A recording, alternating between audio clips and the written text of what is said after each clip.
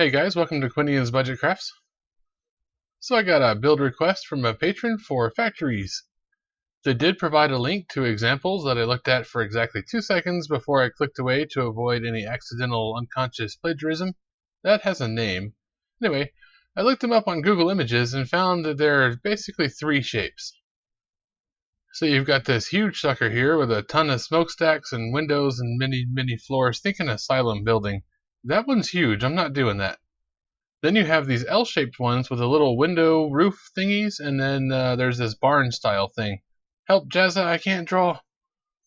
Anyway, let's do the L-shaped one. We're going to need some foam core and clipboards. This roller here has slightly wavy edges, which looks great for old buildings, but not so much for newer stuff. I did end up making a roller with cleaner lines, but not before doing this project with a Sharpie. So if you're using a Sharpie, go ahead and peel off one side of the paper, figure out how big of a brick you want, and mark both edges of the foam. Then using a nice straight edge, connect all the dots. The Sharpie will actually melt into the foam just a little bit, as you can see here. Mark the edges of the foam for the brick width and go through connecting everything. This takes a ridiculous amount of time, and if I end up making more of these, I'll be using the new roller for sure. Once you've got your brick wall panels, you'll need to go through and cut out all of the little half bricks off of the edge. Make sure you're using a new blade here or you're going to have problems.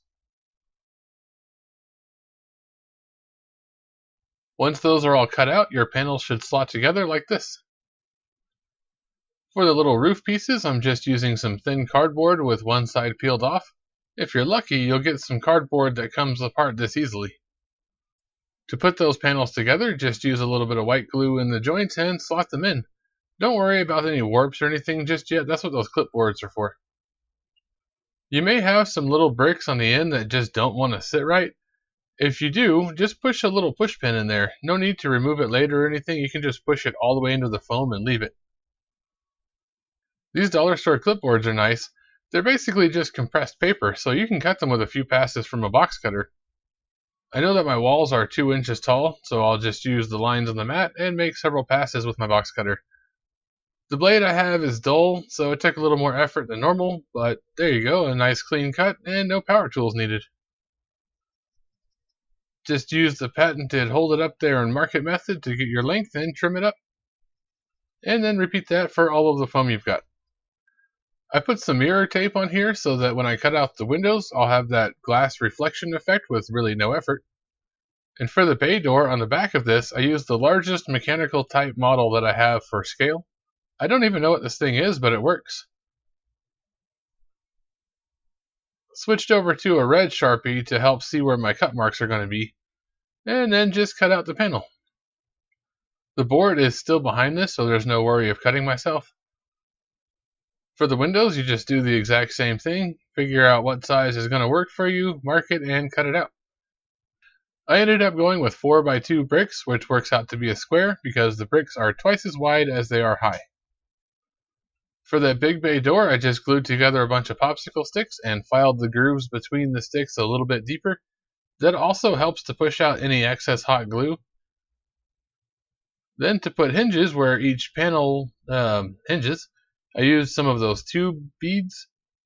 Just drop them in place and super glue them down. A little tuft of the chip brush makes a good disposable super glue brush to get rid of any excess. I somehow didn't record the window bars, but it's just grinding great with every other row removed. Go out and spray paint all this stuff silver, and don't forget your roof panels. I realized that these windows need some character, so I took a little strip from the bottom of the cutouts and then put a little half brick line all the way around it and glued those underneath each window. I also put a side door on one side of the tower and did the same thing, but I put the bricks over the door. Don't forget to extend the brick lines to the inside of your newly cut windows. For the front door, I did a frame around it. Once you get all that done, you can go ahead and Mod Podge and black paint everything that's foam. For the paint scheme, I'm basing it in a bright orange, followed by tomato, which is like a red-orange. Not 100%, just like 80% coverage. and then sort of heavy dry brush some red over top of that. I'm not cleaning the brushes between paints or letting the paint dry either, so that it'll all sort of naturally blend together a little bit. Then to give it a real old look, I'm going through with some antique white, and it's a super light dry brush, just like little patches. All these bright silver pieces are a little bit too bright, but I do want that shiny metal base undercoat, so for the paints I'm using a real soft brush and putting on some of that color shift black gold on thin and kind of haphazard. Then take some heavily watered down copper metallic and either dry brush it or use an airbrush, and that'll make some rust for you. Go kind of heavy at the joints though. With this being watery, you can start up top and let it drip down naturally how water would do it on its own. You could put the window bars on the outside if you wanted to, but I'm going to put mine on the inside. Just lay them down in there and super glue them in place. They don't need to be stuck forever, they just need to stay well enough that you can put the clipboard panels in behind it. Now just slip all the panels in behind the windows and hot glue the corners of them together. You'll need to just hold it for a while until the glue solidifies and then move to the next corner and so forth all the way around. Those smaller wall panels are a bit easier. You just need to glue the top or the bottom first, flip it over, and then glue the other side. To glue the little part onto the big part, just make sure you've got it all lined up nicely, put something heavy in front of it like a big jug of Mod Podge, and then hot glue it in place.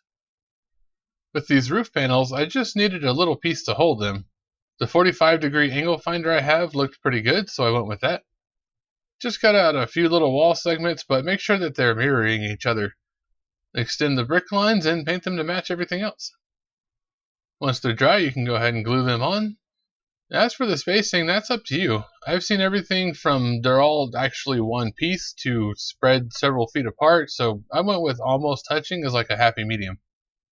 Fun fact, these were apparently used for light and AC in the front offices when this type of factory was in use.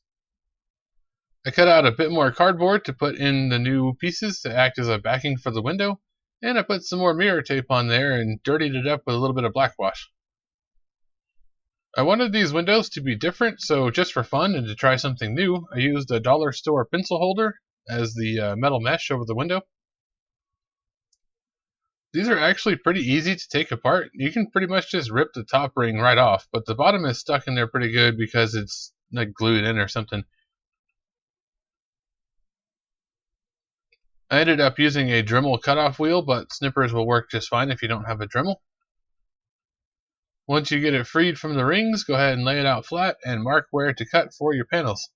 Again, the Dremel is awesome, but be careful of those cutoff wheels. Proper PPE is a must here, or at least to my protection if nothing else. Go ahead and glue your backer pieces in with a little hot glue, and then glue on the roof panels. Now cut out some foam to use for doors and some super thin strips of cereal box cardboard. We're going to use those for metal banding. Give it all a coat of gray primer, and then coat it with some silver metallic. I decided the roof stuck out a little too far, so I trimmed it back with some scissors, and then also trimmed the edges so that it's the sharp bit between the corrugations that shows on the edge. I also took a bunch of those foam strips I had left over from the stable build and split them down the middle, and painted all of those silver and did a copper rust wash on all that. I'm using the airbrush, but a dry brush would be fine too. Now we can use that pile of bits that we made. Just slip the metal thing over the window, and if it was cut right, it should fit super tight on its own. Then cut the foam strips out and glue them around the window with a little bit of white glue. That door we can just hot glue into place and make a few dents and dings in it. For the frame or banding, you just hold up the cereal box cardboard and trim it to length and then super glue it right on there. Then drip a bit more copper rust wash wherever the joints and crevices are.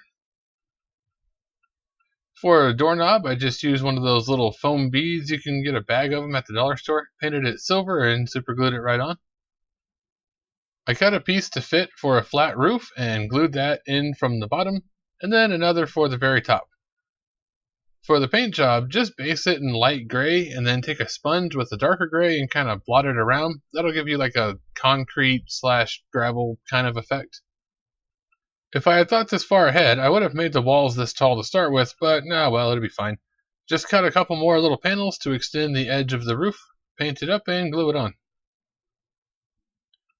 This door needs some stairs to get to it, so I marked a square dowel and cut out 4 chunks the same length.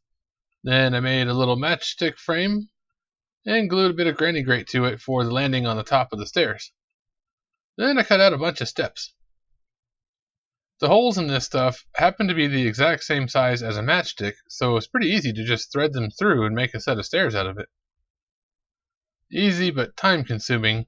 I skipped ahead a little here. The matchstick post got glued into a popsicle stick, and then I made a railing the exact same way and capped it with a barbecue skewer.